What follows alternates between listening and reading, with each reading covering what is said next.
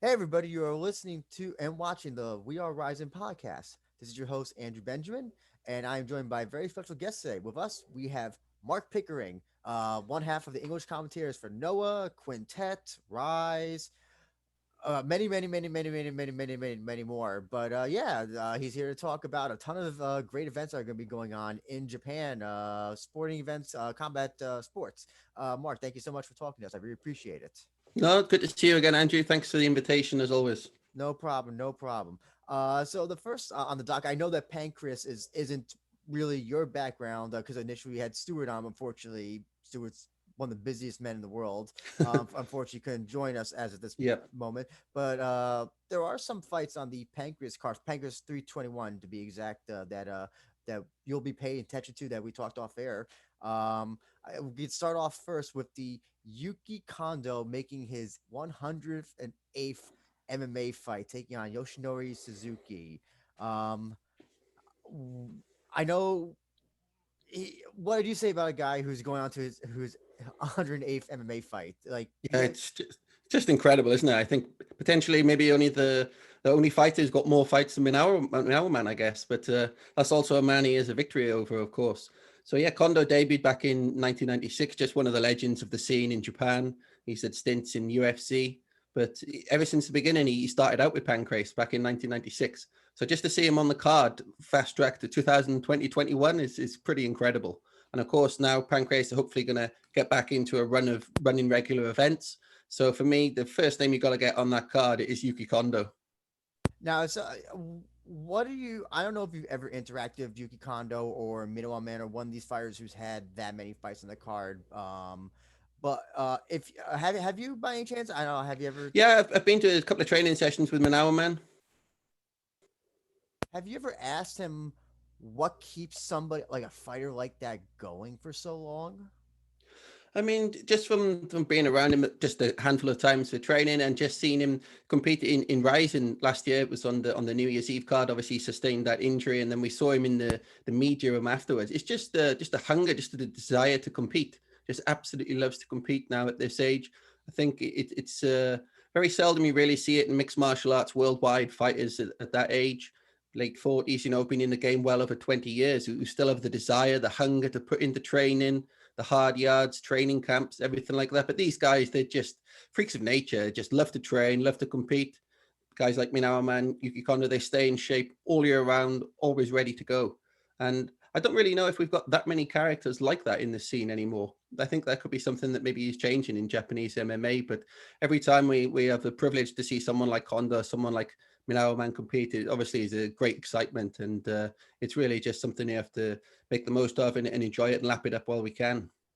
Now, the it is like the complete opposites here when someone like that fights. There's like an Yeah. almost a negative perception, and I think like I know that like when Chuck Liddell had his third fight with Tito Ortiz, Yeah. people were just like it was considered a laughing stock, and the Mike Tyson, Roy Jones, was it Roy Jones or who? Yeah, Roy Yeah, Jones Jr. Roy Jones. exhibition. Yeah. When that thing happened, people were laughing at that, and just like, why do you think it's? I don't like when Minimal Man was fighting in Ryzen. That didn't. I didn't perceive any sort of negative or poo-pooing of it from Japanese MMA fans. Why do you think there's a? Why do you think the opposite is something that tends to be more of a Western thing, where it's like it's like somebody like anytime someone over 40 fights and is Yeah. still Yeah. fighting, like why do you think that's such a negative thing here? I guess there's an element of man management and how these fighters manage their careers, how they manage their bodies, which is able to get this longevity into their 40s, sometimes to late 40s as an MMA fighter. But also, I think it's just that they're competitive. You can put them out there against almost anyone. They're going to be competitive. Obviously, at this kind of age, you're talking, they are more favored towards grappling. This is a much safer environment. We've seen Minao Man a number of times in Quintet, of course. There's no problems competing in there. But also in MMA, I think it's just based on their legacies, what they've achieved in their careers.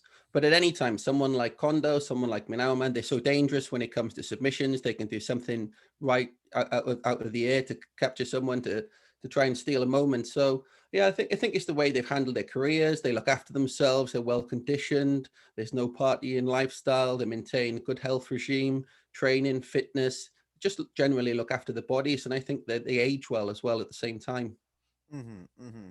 Now, do you know anything about his opponent, Yoshinori Suzuki? Yeah, I know he's got a losing record. Obviously, everyone that Kondo goes up against is a younger man, is a fresher man.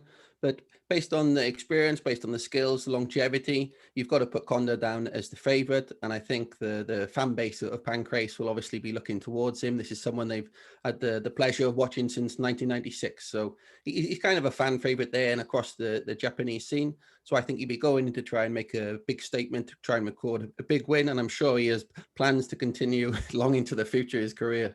I when you bring up the age, like I don't know, like who they could even like bring have as an opponent. All the opponents are probably just going to be younger, just by like Yeah. prospect. And you can't really have anybody who's like, or at least the amount of fights that he's had and the age range as well. You might have some fighters that are like in their 30s that have like 18, 20 fights, but not Yeah, even there's half. very few fighters who are active in that kind of age. There's Minawa man, there's Kondo.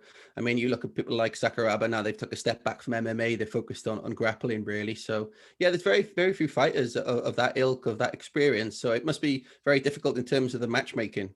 And then obviously probably the one fight that a lot of people are going to be paying attention, because I think that's probably Pancrase's biggest their best division right now is the 145 division. Isao Kobayashi, champion, defending against Taichi Nakajima. Um, and yeah, it seems like I can't remember the last time that Kobayashi defended. I feel like it's been a long time. But and taking on Nakajima, yeah, this seems like, yeah, it's what do you think about this fight? I don't want to. I feel like they're almost even. It's very hard to pick for this fight. Yeah, I would say so. Obviously, Isau's had more fights. He's had more wins. He's won his last 5 fights. You could side with him in terms of momentum and the build up to this one. But Nakajima's won his last two. You can't read too much into the records. Yes, Isau's had more fights and therefore more victories he's been able to attain. But as you say, yeah, I think it's very well matched. I think they've been on a bit of a collision course now for some time. But if I had to pick a favorite, I would say Isao. He comes in with a belt as the champion. Like I said, he's won his last 5 fights, and he's got a judo background, so it does make him very exciting to watch as well. You tend to favor the judo fighters in Yeah, I do have a little bit of a soft spot, I have to admit sometimes, but it's just exciting to see in a cage in an MMA environment. But I know the thing is with that is obviously when they throw, sometimes they think they're putting themselves at risk, and after you throw, you don't necessarily make a smooth transition into the submission. So we don't really see it that often, in the likes of a grappling environment like a quintet, to be honest. Mm-hmm. Speaking of Quintet, let us talk about that next. Unfortunately, the background picture I have has been updated since I last downloaded it. We do have a few more members of Team Brave at this point, and I think I think all of soccer has all of Sakura's team been announced at this point yet? No, there's a couple more still to be announced. It's just the three at the moment. Okay, gotcha. Well, as you can see, we're gonna have another 5-on-5. I'm not gonna read all the names here, but you can find them on the Instagram of Quintet and Yep. Twitter as Quintet.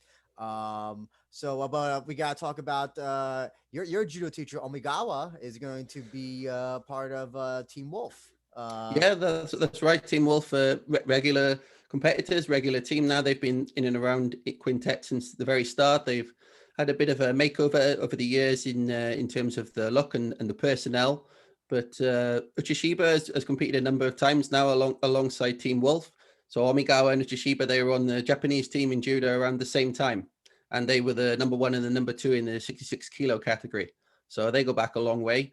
And then you've got on my right hand side, you've got Grant Bogdanov. He's American Japanese, and he's also actually going to be making his MMA debut next month in June. So he's preparing for his MMA debut and for Quintet. Very exciting, very talented grappler as well, and he's got a black belt in judo and jiu-jitsu. Oh yeah, we talked to Grant, and oh yeah, like he is. I think he is definitely one of the up and coming grapplers on the Yeah, scene, and also one of the few that's absolutely. not being talked about. I'm actually surprised he does not. And he's because he's done well in his super fights. He's done well when he's been part of the Quintet team. I'm surprised he's not getting talked about as much Yeah, Um, I think he's a talent that's really ready to burst out, and this is a really good platform for him, Quintet. And I'm sure he'll make a good start to his MMA career and get registered on the mark there. And I think the sky's the limit, really, for someone like Grant, a tremendously talented grappler and indeed fighter soon. So I also got to point out that one of the things I like about Team Wolf, actually all the team pictures so far, is that everybody's got a serious look, serious look. They're kind of like doing the little pose, and I like that Shinji Morito just is holding his glasses, like kind of like a Yeah, yeah, secretary looking at a piece of paper. That's just something that stood out to me. What can you yeah, tell us yeah. about Morito, Mark? Yeah, so they're all got judo backgrounds, the entire team. And as you say, yeah, he's also another talented grappler. He's made a couple of appearances just with Team Wolf, black belt in judo. He's competed nationally in jiu-jitsu, and he's maybe one of the less well-known members of the Quintet roster and of the Team Wolf. But he's someone that I know Amigawa thinks very highly of. Very versatile with his submissions, very strong grappler. So I think he could be an important member of the team. Now they also, since I downloaded this picture, they've announced two more members of the Team Brave, and that is Tatsuki Samoto and Satoru Yamada. Obviously, everybody knows Samoto, MMA fighter, for Rizin and for I believe ZST. Yep. Yep. What can you tell us about Satoru Yamada?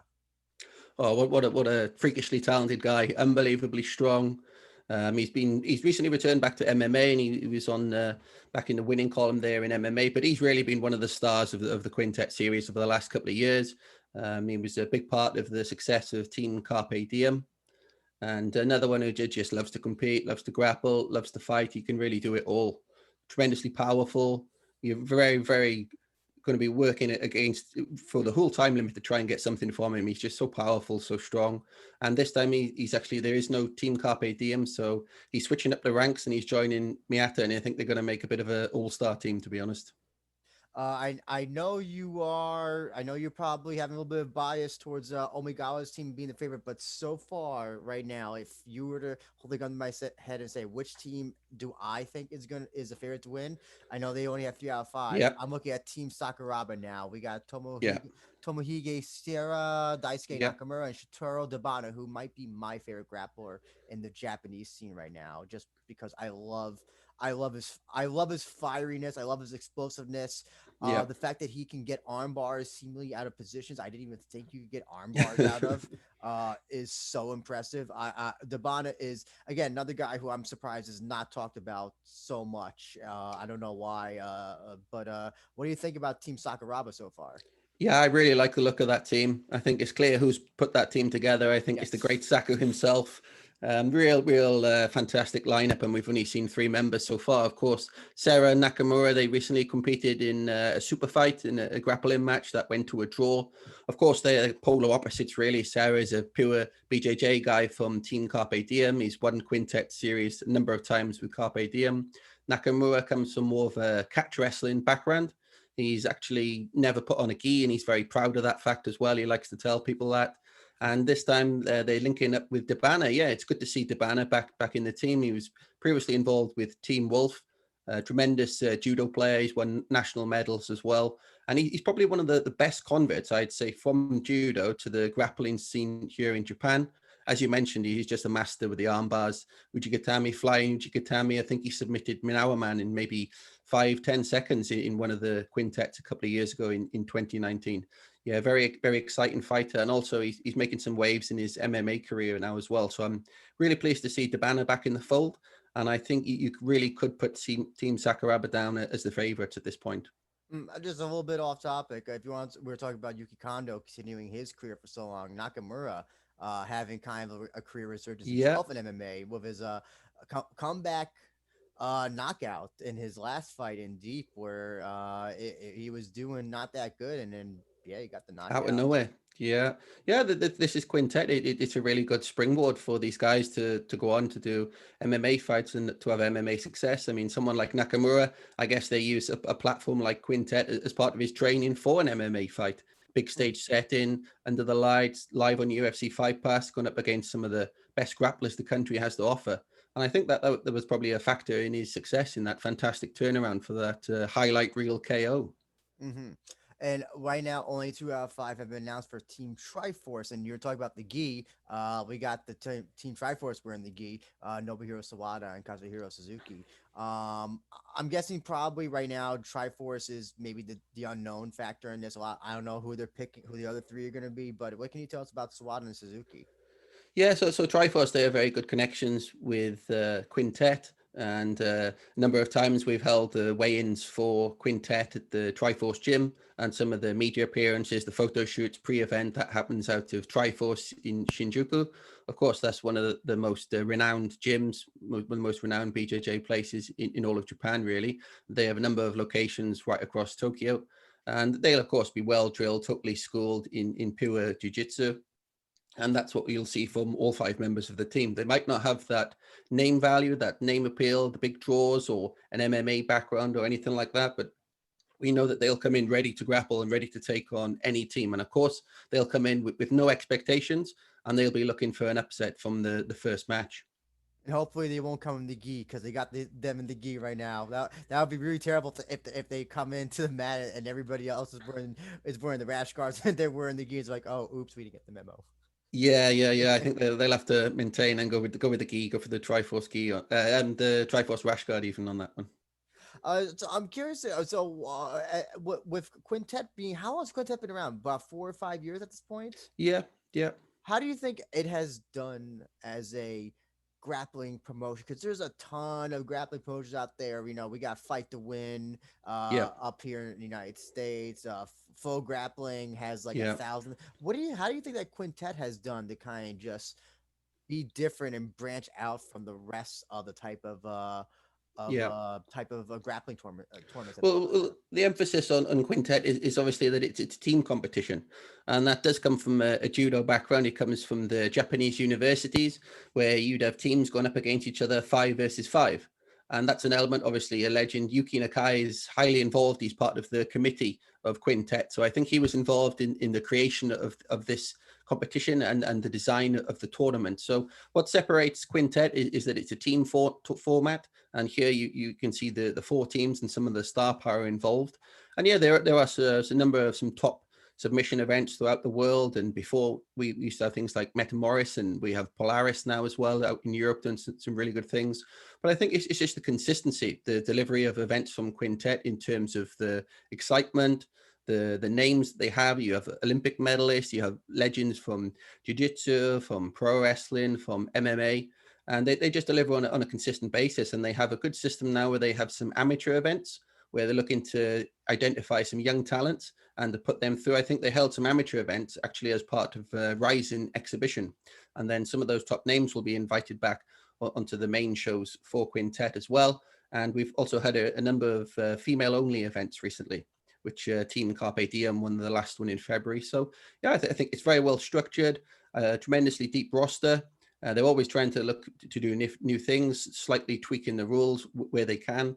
But I think it's a very consistent delivery, and it's a very enjoyable watch. I think one of the top programs you can see out there on UFC Fight Pass. Mm-hmm. If there were 3 grapplers you had in mind, Mark, no matter where they're from, America, Russia, Japan, who you think you would love to see in a quintet environment in the quintet tournament, who would they be? Well, I'd have to maybe favor my pro wrestling roots, to be honest. I'd love to see someone like Volkan out there, the legendary Russian pro wrestler and sambo guy and MMA fighter. He had some fantastic matches back in rings, and then it was really at a later point, maybe his mid to late 40s, he started doing MMA. It come a little bit late for him, but what a fantastic shoot wrestler he was. He was absolutely brilliant. And of course, along those lines as well, one of his top opponents, Kiyoshi Tamura. I'm a big fan of Tamura. I think he would be an interesting inclusion. He did a team grappling match, I recall, in Rizin, but he hasn't been so active on the scene at the moment. He's trying to get involved with a new startup company. But yes, someone like Tamura, someone like Volkan, maybe Korsaka, who was still fighting a couple of years ago, a fantastic heavyweight. He's busy now with his own gym, the Fight Alliance. I remember he beat James Thompson only a couple of years ago, maybe two or 3 years ago. Really came back and took that fight, and that's still someone that Stewart has trained with as well. So yeah, I think these are guys more maybe older versions of Nakamura, someone who can really make the transition quite seamlessly between pro wrestling or shoot fighting and grappling, and that's all an extension really of catch wrestling. That's the background really on these guys. Volkan was sambo, of course, but Tamura was catch wrestling, and he trained under the likes of Billy Robinson here, and Kosaka as well started out as a shoot fighter, really. So I'd like to see that kind of connection continue as well. And with Sakuraba at the helm, that could be possible. Just comments from the last Quintet show. I'm curious to know, what did you think of Saku Jr. In his debut? Yeah, I think he lived up to the name. It was very fun to watch, very exciting, and held his own against a respected black belt. And just in the warm-ups alone, he looked like he was having a fantastic time out there. I know his colleagues from university, he's just graduated from university, so they were all there at the end, and they came on the mat, and Sakuraba was invited them for pictures and medal ceremonies and so on. But I think he just wanted to test the waters, just to have a little run out. There was no pressure on that, and maybe it was part of his celebrations for finishing university as well, to be on the same show as his dad there. So it was a good first introduction. I think everyone was excited to see Sakuraba Jr. We didn't know much about him, and I think he's going to potentially just disappear off the scene now and concentrate on his own career. But hopefully we'll see him back down the line, maybe in Quintet or in another combat sport. Oh, and I my apologies. I forgot to also just say the Pancrase 321 show will be May 30th. It'll be while no English commentary, you can still buy it if you are outside the United States. I forgot I don't have the I don't know how to pronounce the service. It's called Tige or Taiga. Yeah, it will be live streamed worldwide, I believe. So if you just go onto Twitter and look for the Pancrase handles, you type in there and you go to the Pancrase website, it'll have all the information on there. But it's just Japanese commentary only on this one, but still you can watch the full show. And like you said, Quintet is available all the time, every time on the UFC Fight Pass. Now it'll be July 13th. Yep, that'll go down Crock and Hall. Yeah, and hopefully that date stays in stone and at Kurikan Hall as well. Yeah, fingers crossed. Just keep up to date on the social media channels. That's where you'll see any information first, and of course, that's where you'll see the latest additions to the team rosters as well. And next, as soon as the background loads up, we gotta talk about the next Noah show, May 31st, excuse me. The Misawa Memorial Show. So how much are you looking to this to commentating on this, Mark? Yeah, this is fantastically exciting for me, really. Of course, Misawa is one of the true greatest of all time in pro wrestling, and he really, in Japan, he transcended beyond pro wrestling. He was just a pop culture star, a sports star. He was really a phenomenal name and respected all around the world. Really just an idol of professional wrestling. Of course, he founded the promotion Pro Wrestling Noah in 2000.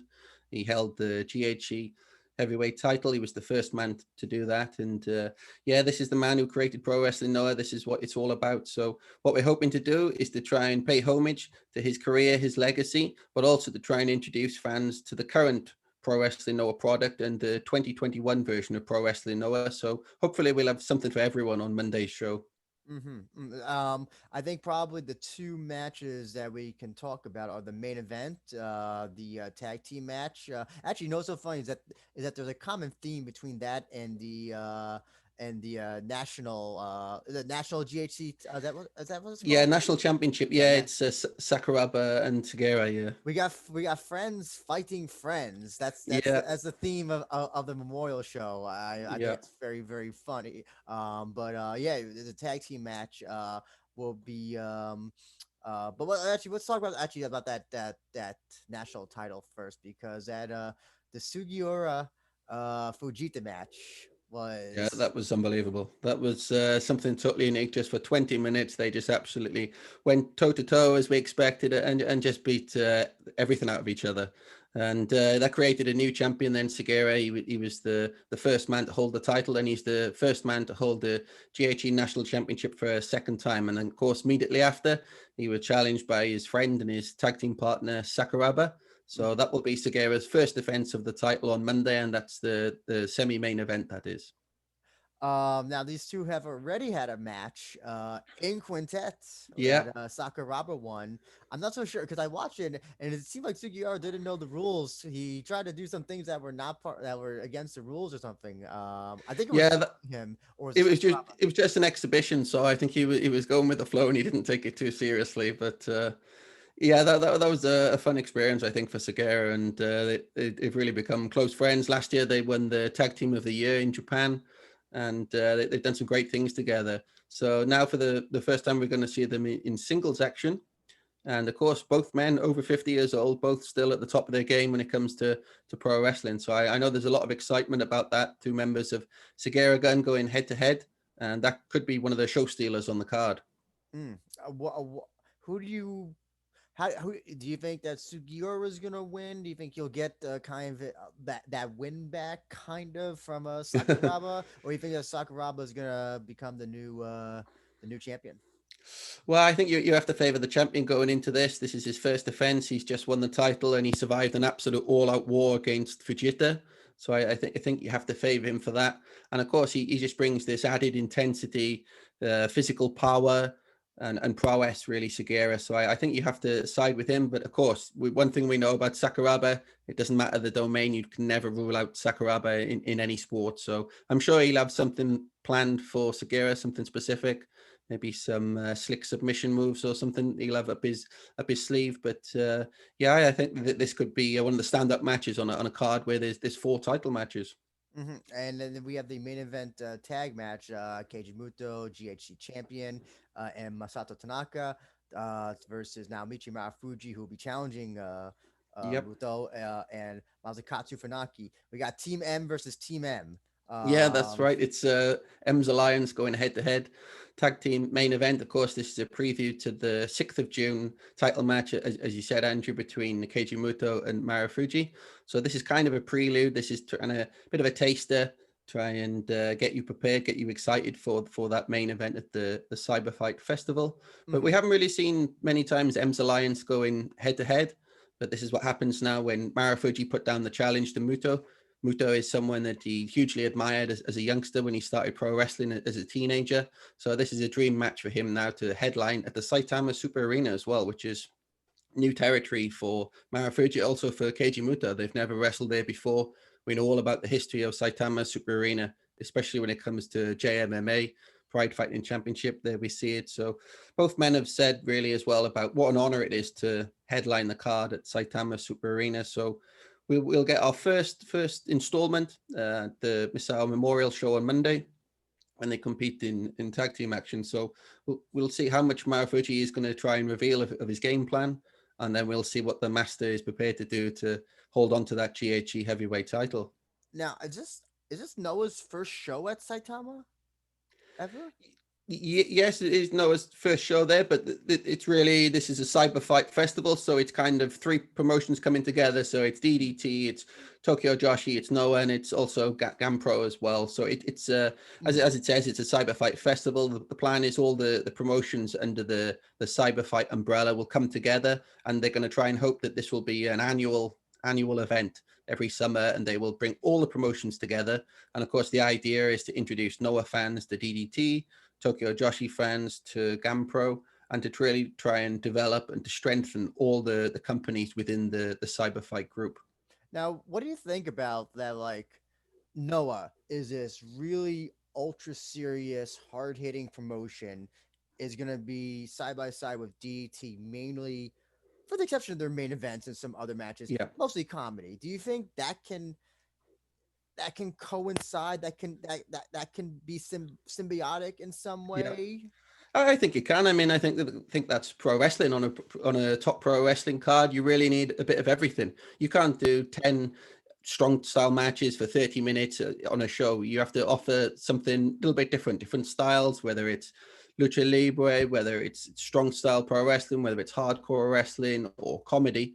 And I think that's really a good representation of Japanese wrestling. It's not all about this hard-hitting style that we're familiar with from All Japan, New Japan from Noah. There are a lot of other elements, and we see some of those viral clips from DDT with Kenny Omega wrestling a 9-year-old girl and the things in the swimming pools and various things. There's a place for this, and I think that is part of the strength of DDT.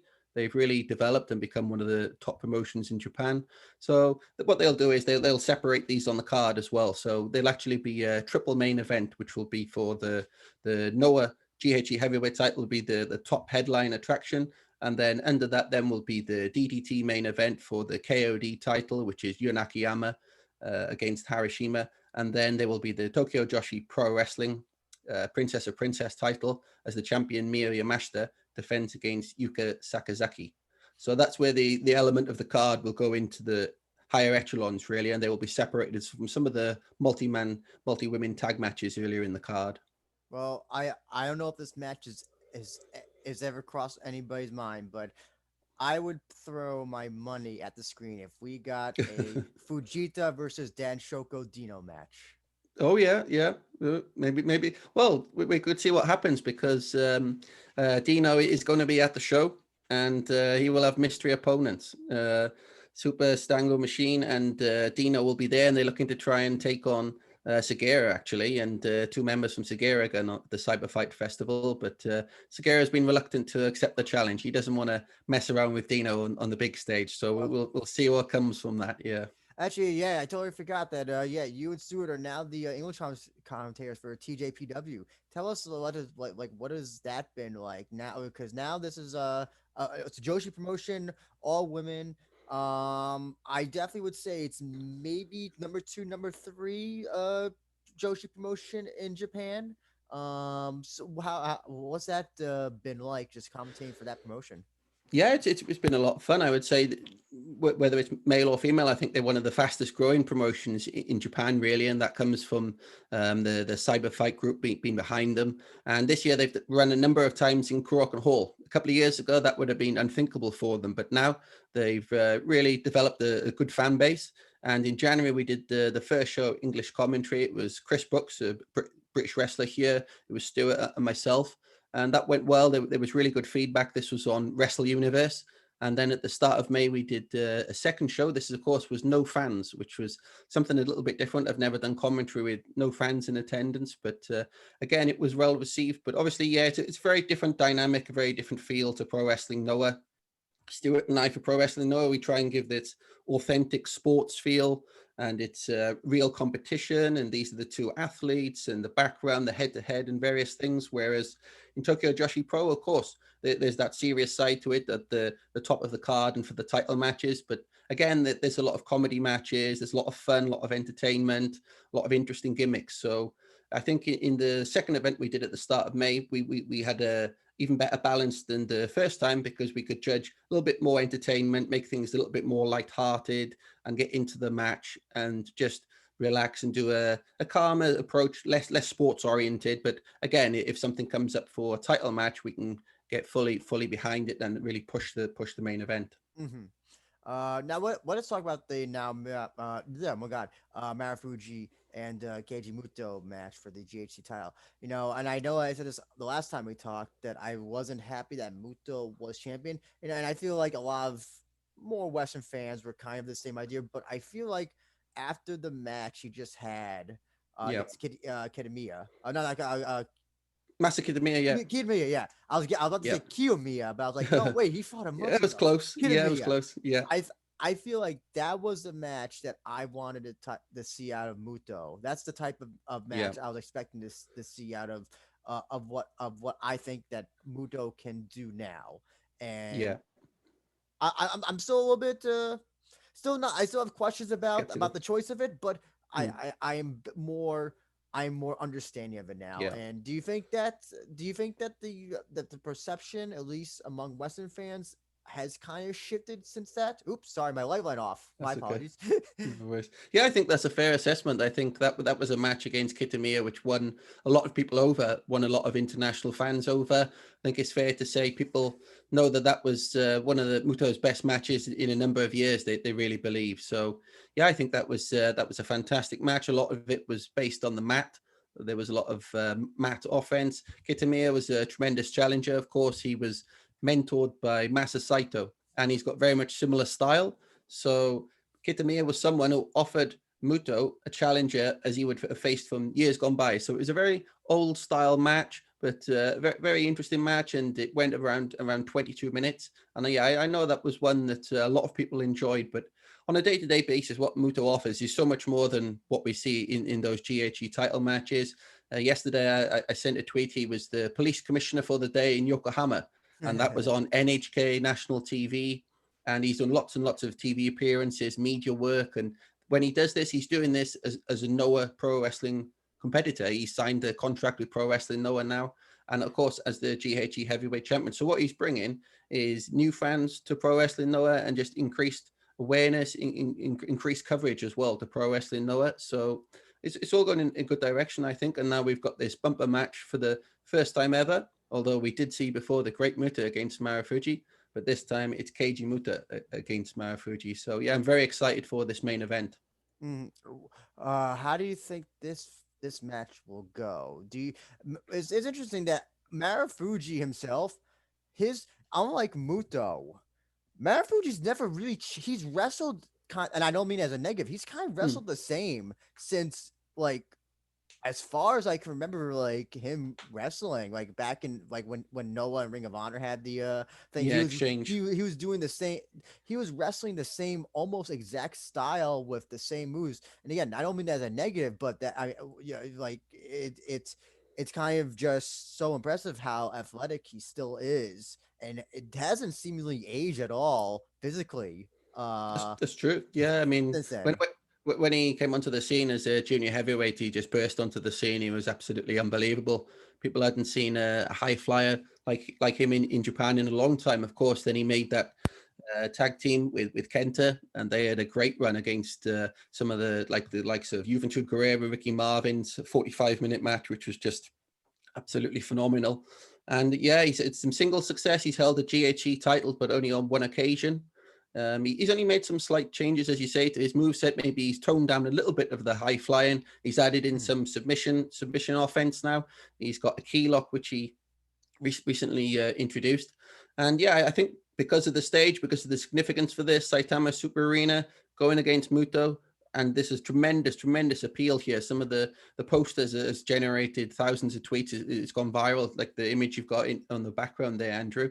And I think from this one, I think Marufuji is going to pull all the tricks out. We're going to see everything from him, from submissions, high flying. He's going to try and do everything he can in his power, every move in his arsenal, complete his entire repertoire to try and take that GHE heavyweight title from Muto and to try and hold it for a second time. Now, if Muto wins, who would you think could be even next? Would it be have to be another person from M's Alliance, or just I don't even know? Because if he's gone through everybody at this point, I can't think of really anybody who'd be after Marufuji. Yeah, that's a very good question. I mean, I was asked a few weeks ago who I see as Muto's challenger for the Cyberfight Festival. And for me, the obvious pick, the one to go for, was Marufuji. So I'm very pleased that this is the main event here. But if Muto emerges triumphant, if he keeps the title, then yeah, it would be difficult to see who the next challenger could be. But you have to remember as well that we haven't got the rematch with Go Shiozaki yet. Obviously, Go Shiozaki has had surgery. So he lost the title to Keiji Muto in February. Now we're in May. So we have to see where his rehabilitation is going. He had bicep surgery and a number of long-standing issues, which he suffered during his epic title reign. So that's something that can be done at any stage, really, whether it's a couple of months from now or more towards the end of the year. Really, when Go Shiozaki comes back, you have to imagine that he will make a beeline for Muto for ending his title reign. Now, this is my big prediction, and you can agree or disagree with it, but this is just a feeling I'm getting, in that I could be wrong because this is pro wrestling. Yeah, go for it. I feel like the time that Muto loses this title, there's just something that's telling me that we're gonna get Muto retiring when he loses his title.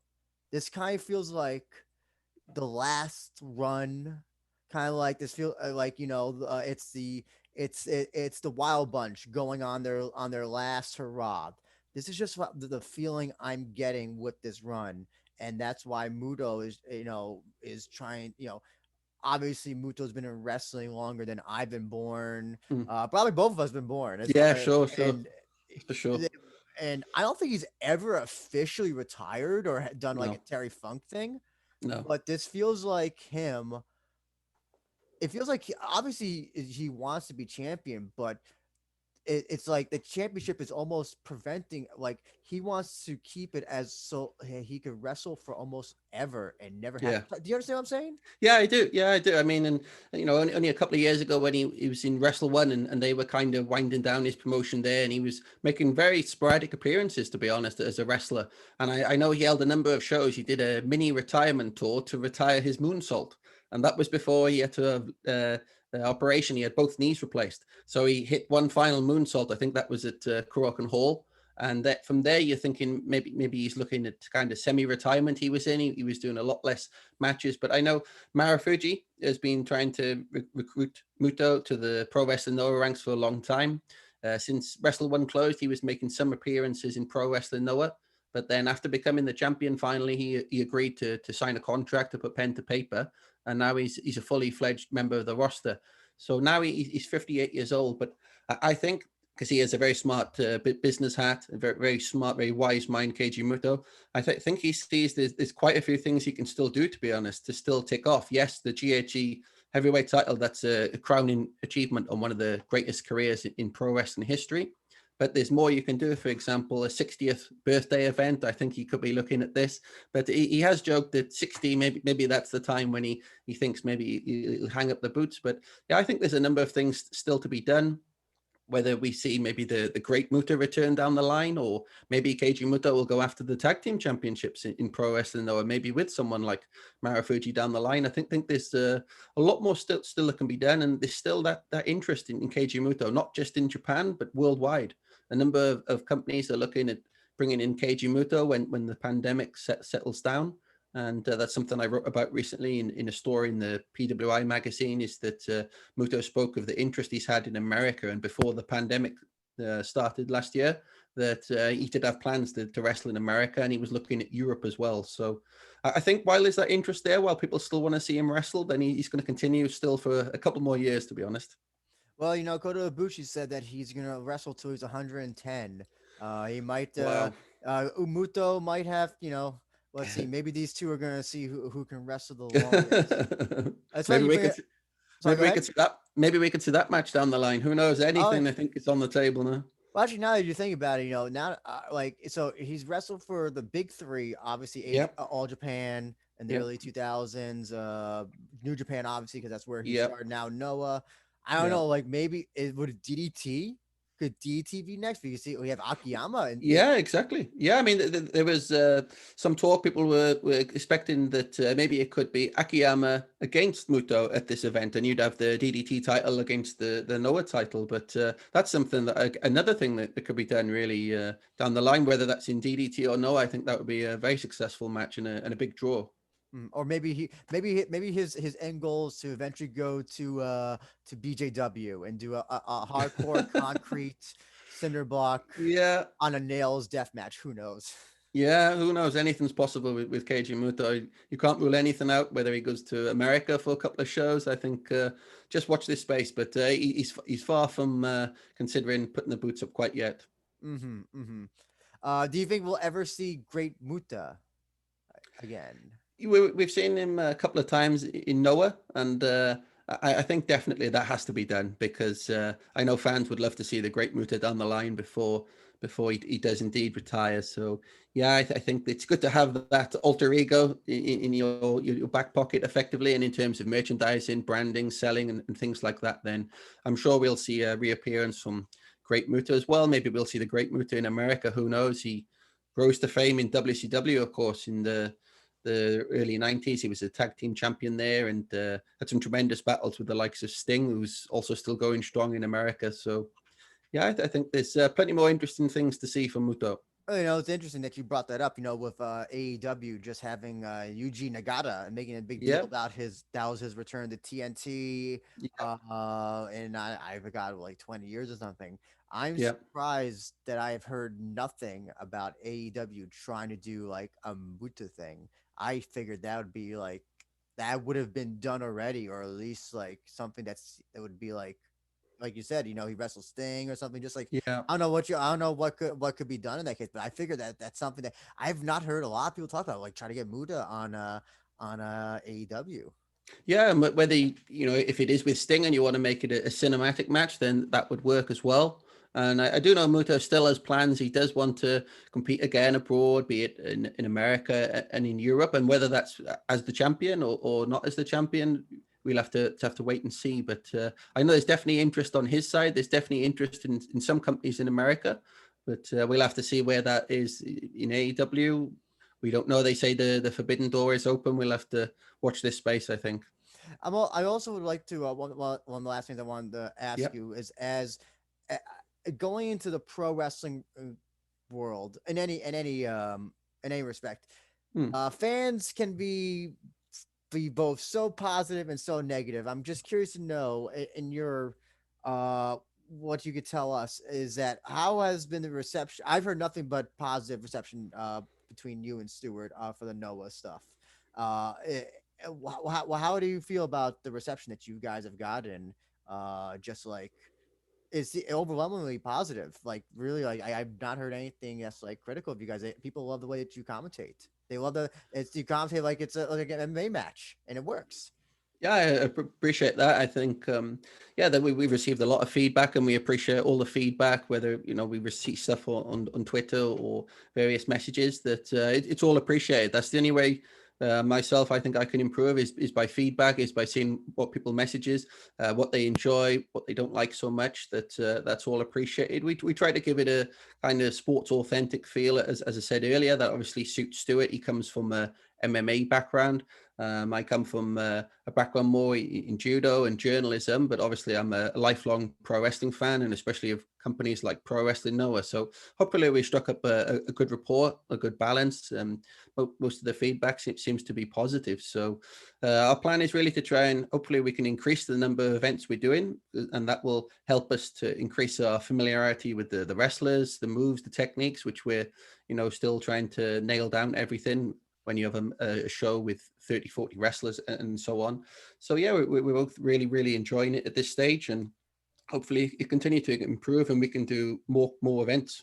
Actually, I'm also curious to know as well. We always hear what commentators should do, but I want to hear Yeah. from you. What is something that a commentator should never do? One piece of advice that they should never do that just like totally just like I don't know would kill anything that they're commentating over. I guess just things like go behind the hidden curtain and to reveal private names or things, just some information from someone's background, or maybe go in depth on an alter ego during the match. But I've listened to commentary from Mexican promotions, Japanese and British, since I was young, and having watched the Japanese commentary, obviously with the Japanese language all these years, then I do listen to the sounds and pay attention to what they do. And I think it's important to give that authentic feel for a company like Noah. I don't think fans would enjoy, for example, if we offered a kind of American presentation where Stuart and I were arguing back and forth. One of us was a good commentator, one of us was a bad commentator. I don't think that would suit Pro Wrestling Noah. Maybe that would suit an American promotion, but what we're trying to do is we're not there to try and get ourselves over. We don't want people to, know what we was doing earlier in the day type of thing. We just try and focus on the action in the ring and just try and tell the stories as we can, and we just leave it as that. Was that ever at all discussed?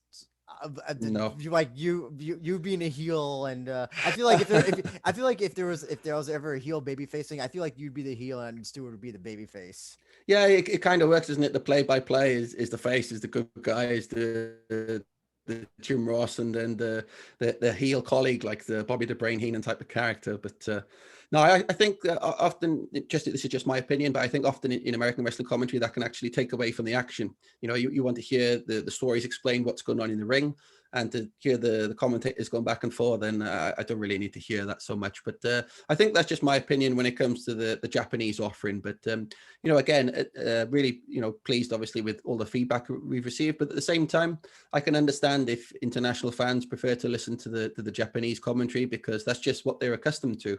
For all these years, that's we didn't have a choice. We had to order tapes from Japan, and it would obviously just be Japanese commentary. 2003, I ordered the Noah tape. It was Kobashi Misawa, strong tail tapes, I remember it was, and of course it's just Japanese commentary on that. But now 2021, we're really spoiled for choice with all the great work companies like Fight TV are doing. You can watch live on English commentary. Wrestle Universe, you're spoiled for choice with all the promotions there. So yeah, it's a really good position, really good time, I think, to be a fan of pro wrestling. There's something for everyone, and also it's available in English, it's available in Japanese, and it's live, and it's in high quality as well. I think the best when it came to Japanese stuff, like it took me a while to get accustomed to English commentary for like New Japan. The thing I said the best comment I heard about Japanese stuff from a friend of mine is that I don't know what they're saying, but I like what they're saying. Yeah, exactly. Yeah, they tend to hit the right sound at the right time. It seems to have meaning. And yeah, we do pay attention to the delivery. And after every show we do, the first thing we do is obviously to listen back, but we listen back to our commentary to try and make improvements. But we'll also go and listen to the Japanese commentary as well. And just a mention as well, you can catch both Noah shows on fight.tv. And also for the rest, I think probably is Noah going to be on Fight TV for probably the rest for foreseeable future?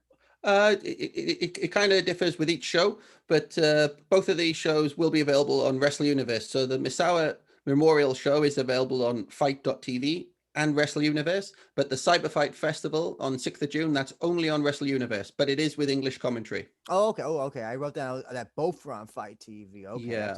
So yeah, just to correct that, so Wrestle Universe, basically like New Japan World and WWE Network, all that stuff. So same thing, Wrestle Universe, only 900 yen a month. You can watch DDT, Pro Wrestling Noah, Tokyo Joshi, GAMPRO, live and on demand. And on Monday's show, the Misawa Memorial, there'll be a launch of a new video player on the Wrestle Universe website, a new high definition video player. So they're always constantly trying to make improvements there.